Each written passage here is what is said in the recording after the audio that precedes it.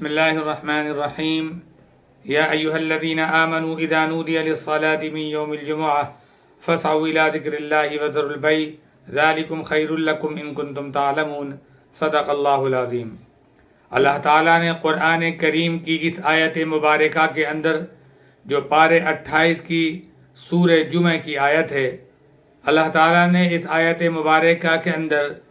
جمعہ کی فضیلت، جمعہ کے حکام اور جمعہ کے آداب بیان فرمائے۔ اللہ تعالیٰ نے فرمایا، اے ایمان والو، اذا نودی للصلاة من یوم الجمعہ، جب جمعے کی اذان ہو جائے، جب جمعے کی پکار لگ جائے اور جب جمعے کی نماز کی خبر تم کو مل جائے تو تم کیا کرو؟ اللہ نے فرمایا، فَاسْعَوْا إِلَىٰ ذِكْرِ اللَّهِ وَذَرُوا الْبَيْعَ، پھر تم اپنے سارے کام کو، کاروبار کو، دنیا کو، دنیا داری کو، کھیتی والے کھیتی کو، کاروباری کاروبار کو، یا دنیا کے اندر جس شعبے میں بھی ہم مشغول ہوں، ان سارے کے سارے کاموں کو اور مشغلوں کو چھوڑ کر کدھر چلے جاؤ؟ اللہ نے فرمایا، فَاسْعَوْا إِلَىٰ ذِكْرِ اللَّهِ، اللہ کے ذکر کی طرف دوڑ جاؤ، اللہ کے گھر میں جمع ہو جاؤ، اللہ کے گھر میں حاضر ہو جاؤ۔ پھر اللہ نے فرمایا، وَذَرُوا الْبَيْعَ، اور جو بھی تمہارے کام ہیں، جن کاموں کے اندر مشغول ہو، جس کاروبار میں مشغول ہو، ان کو چھوڑ دو اس وقت تک کے لیے جب تک تم جمعے کی نماز ادا نہیں کر لیتے۔ جب جمعے کی نماز سے فارغ ہو جاؤ تو جمعے کی نماز سے فارغ ہونے کے بعد کہاں اللہ نے روکا ہے کہ تم مسجد میں ہی بیٹھے رہ جاؤ، پھر تم کوئی اور کام نہ کرو اور وہاں سے نکل کر کسی مسجد میں ہی تم اپنی مسجد کو اپنی قیام گاہ بنا لو، بلکہ اللہ نے تو فرمایا کہ نماز سے جب فارغ ہو جاؤ تو پھر اللہ کہتا ہے فَانْتَشِرُوا فِي الْأَرْضِ، تو زمین پر پھیل جاؤ، کاروبار کے لیے چلے جائیں، کھیتی کرنے والے، زراعت کرنے والے اپنے کاموں میں پھر مشغول ہو جائیں، یا دنیا کے جن کاموں میں جو لوگ نماز سے پہلے مشغول تھے ان کو چھوڑ کر اللہ کے گھر میں آئے تھے، اور جب نماز سے فارغ ہو جائیں، جمعے سے فارغ ہو جائیں تو پھر اپنے اپنے کاموں میں لگ جائیں۔ کہاں منع کیا گیا، روکا گیا؟ اللہ تو خود اجازت دے رہا۔ اللہ فرماتا ہے فَانْتَشِرُوا فِي الْأَرْضِ، پھیل جاؤ زمین پر، اپنے کاموں میں پھر سے مصروف ہو جاؤ۔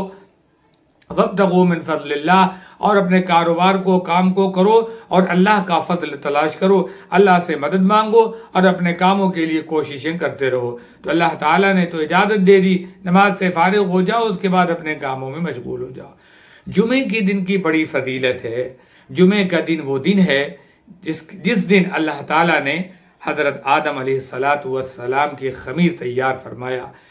اور اسی جمعے کے دن اللہ تعالیٰ نے حضرت آدم علیہ السلام کے جسم میں روح ڈالی۔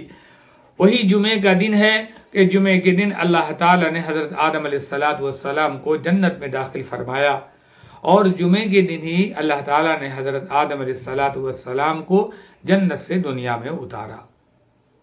اور جمعے کے دن ہی حضرت آدم علیہ السلام کی توبہ کو اللہ تعالیٰ نے قبول فرمایا، اور جمعے کے دن ہی حضرت آدم علیہ السلام کی موت واقع ہوئی، حضرت آدم علیہ السلام کا انتقال ہوا، اور جمعے کا دن ہی وہ دن ہے جس دن قیامت آئے گی، یعنی قیامت جو واقع ہوگی وہ جمعے کا دن ہوگا۔ اسی لیے بہت ساری مخلوقات، زمین، پہاڑ، آسمان، بحر و بر، شجر و حجر، یہ سب اس دن سے، یعنی جمعے کے دن سے، جب جمعے کا دن آتا ہے تو یہ تمام کی تمام مخلوقات اللہ سے ڈرتی ہیں، خوف زدہ ہوتی ہیں کہ کہیں آج قیامت نہ آ جائے، کہیں آج قیامت واقع نہ ہو جائے، کیونکہ جمعے کے دن ہی قیامت واقع ہوگی۔ جمعے کے دن کے متعلق فرمایا اللہ کے رسول جناب محمد الرسول اللہ صلی اللہ علیہ وسلم نے کہ جمعے کے دن ایک گھڑی ایسی ہے، ایک ساعت ایسی ہے جو مختصر سی ساعت ہے، مختصر گھڑی ہے اور بہت مختصر سا وقت ہے، جس وقت میں اللہ تعالیٰ اپنے بندوں کی دعاؤں کو قبول فرماتا ہے۔ وہ وقت کون سا ہے؟ اس کے لیے علماء کی رائے اور خیالات الگ الگ ہیں۔ کسی کا کہنا ہے کہ وہ وقت دونوں خطبوں کے درمیان کا وقت ہے، اور کسی کی رائے یہ ہے کہ عصر کی نماز سے لے کر اور مغرب کے درمیان کا جو وقت ہے، ان دونوں وقتوں میں سے کوئی ایک وقت ہے۔ لیکن بہرحال کوئی ایک وقت ایسا ہے، ایک گھڑی ایسی ہے، اللہ کے نبی نے فرمایا کہ اس وقت دعا کو اللہ قبول فرماتا ہے۔ اب اس وقت کی جستجو کرنے کی صحیح ہم کو کرنی ہے، جس طرح شب قدر کے متعلق یہ بات بتائی گئی کہ شب قدر 27 کی رات میں بھی ہو سکتی ہے، 25 کو بھی ہو سکتی ہے، 21 سے لے کر 29 تک کی جو 5 راتیں ہیں ان میں سے کسی ایک رات میں ہو سکتی ہے۔ شب قدر ان 5 راتوں میں سے کسی ایک رات میں ہے ضرور، لیکن کس رات میں ہے یہ ہمیں نہیں بتایا گیا۔ اسی طریقے سے جمعے کا جو دن ہے اس دن ایک ساتھ ایک گھڑی ایسی ہے کہ جس میں اللہ تعالیٰ اپنے بندوں کی دعاؤں کو قبول فرماتا ہے، بس ہمیں وقت نہیں معلوم، اسی لیے اس وقت کی جستجو کی کوشش کرنی ہے کہ وہ وقت ہمیں حاصل ہو جائے۔ عصر سے مغرب کے درمیان کا جو وقت ہے اللہ تعالیٰ موقع عطا فرما دے تو عصر سے مغرب کے درمیان تک ہم اللہ کے ذکر میں مشغول رہیں اور اس وقت کو پانے کی کوشش کریں تاکہ وہ وقت ہمیں مل جائے جو وقت قبولیت کا ہے، تو اس کے لیے ہمیں صحیح اور کوشش کی ضرورت ہے۔ اسی طرح خطبے کے درمیان کا جو وقت ہے اس وقت جیسے ہی امام ایک خطبہ پڑھ کر دوسرے خطبے کے لیے بیٹھتا ہے اس وقت اپنے دل میں کوئی دعا، اپنی حاجت جو ضرورت ہے وہ اللہ سے مانگ لیں، وہ وقت بھی قبولیت کا ہو سکتا ہے۔ اللہ کے نبی جناب محمد رسول اللہ صلی اللہ علیہ وسلم نے فرمایا کہ جمعے کے دن مجھ پر کثرت سے درود بھیجا کرو۔ جمعے کے دن کثرت سے درود شریف پڑھنے کی بے انتہا فضیلت ہے۔ یوں تو درود شریف ہمیشہ پڑھنا چاہیے، ہر روز پڑھنا چاہیے، ہر وقت پڑھنا چاہیے، جتنا موقع مل جائے اس قدر درود شریف پڑھنا چاہیے اور اس کا ورد کرنا چاہیے، لیکن جمعے کے دن کے متعلق فرمایا کہ جمعے کے دن کثرت سے درود پڑھا کرو۔ جمعے کے دن درود شریف کی بے انتہا اور بڑی فضیلت ہے۔ جمعے کے دن کی اہمیت اور فضیلت ہمیں معلوم ہونے کے باوجود بھی ہم جمعے کی جو فضیلت ہے ہم اس سے محروم رہ جاتے ہیں۔ اللہ کے نبی صلی اللہ علیہ وسلم نے فرمایا کہ جمعے کا جو دن ہے، جمعے کے دن جمعے کی نماز کا جو وقت ہے اس سے پہلے مسجد میں آ جاؤ، اول وقت میں مسجد حاضر ہو جاؤ، اور اول وقت میں حاضر ہونے کا جو اجر و ثواب ہے اس کی بات ہی کچھ اور ہے۔ اللہ تعالیٰ نے اول وقت میں آنے والوں کے لیے بڑی فضیلت رکھی ہے، لیکن عام طور پر ہمارا حال یہ ہوتا ہے کہ ہم اس وقت میں آتے ہیں جب یا تو خطبہ شروع ہو جاتا ہے یا خطبہ ختم ہو چکا ہوتا ہے یا خطبہ کے بالکل قریب آتے ہیں، اور آ کر پھر ہم اپنے کاموں پھر ہم خطبہ سننے سے محروم ہو جاتے ہیں، اور خطبہ سن بھی لیتے ہیں تو خطبے سے پہلے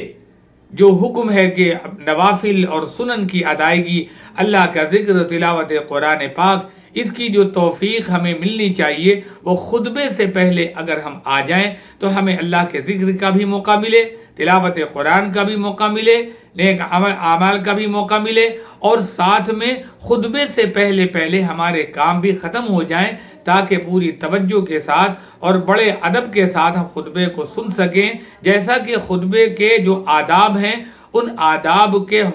حق کو بجا لاتے ہوئے ہم خطبے کو سنا کریں، اس لیے کہ خطبہ کا سننا واجب ہے۔ لیکن افسوس عام طور پر ہوتا یہ ہے کہ ہمیں معلوم ہوتا ہے کہ ہمارے یہاں جمعے کی اذان کا وقت کیا ہے، خطبے کی اذان کا وقت کیا ہے، اس کے باوجود ہم سے کوتاہی ہوتی ہے، ہم ایسے وقت میں آتے ہیں جب خطبہ شروع ہونے والا ہوتا ہے۔ اب خطبہ کا جو وقت ہے اس وقت ہمیں تمام کے تمام کاموں سے روکا گیا، وہ تمام کے تمام کام، وہ تمام کے تمام اعمال جو نماز کے اندر ممنوع ہیں، وہ تمام کے تمام اعمال اور تمام کے تمام کام ہمارے لیے خطبے کے درمیان بھی ممنوع ہے۔ مثلا خطبے کے درمیان بات کرنا، سلام کلام کرنا، یا کسی کام کو بار بار کرنا، خطبے کے درمیان میں چلنا پھرنا، خطبے کے درمیان میں بار بار اٹھنا بیٹھنا، یا کسی کو اشارہ کرنا یا گفتگو کرنا، یہ تمام کی تمام چیزیں خطبے نماز میں جس طرح سے ممنوع ہیں